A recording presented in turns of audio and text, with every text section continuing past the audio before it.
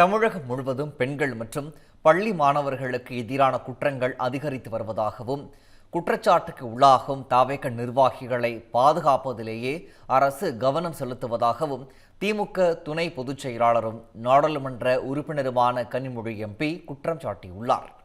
தூத்துக்குடியில் அவர் செய்தியாளர்கள் சந்திப்பில் பேசியதை தற்போது நாம் பார்க்கலாம்.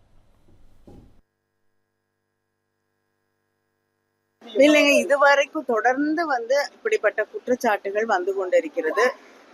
தூத்துக்குடியிலேயே இது 3வது குற்றச்சாட்டு என்று நான் நினைக்கிறேன். தொடர்ந்து இந்த குற்றச்சாட்டுகள் வந்து கொண்டிருந்தாலும் அவர்கள் மீது வழக்கு போடுவதோ சம்பந்தப்பட்டு இருக்கக்கூடியவர்கள் கைது செய்யப்படுவதோ கிடையாது. தமிழ்நாடு முழுவதுமே பெண்களுக்கு எதிரான குற்றங்கள், பொதுவான குற்றங்கள் அதிகரித்து கொண்டே வருகிறது. மாணவர்களுக்கு பள்ளியிலே படிக்கக்கூடியவர்களுக்கு கூட பாதுகாப்பு இல்லாத ஒரு சூழலை நாம் பார்த்து கொண்டிருக்கிறோம். ஆனால் அரசு இதற்கு எந்த நடவடிக்கையும் எடுப்பதில்லை. குறிப்பாக தங்களுடைய கட்சியில இருக்கக்கூடிய நிர்வாகிகள் மீது ஒரு குற்றம் சுமத்தப்படும் பொழுது அவர்களை பாதுகாப்பதில் தான் அவர்கள் கண்ணும் கருத்துமாக இருக்காங்களே தவிர பாதிக்கப்பட்ட பெண்களுக்கு நியாயம் கிடைப்பதே கிடையாது.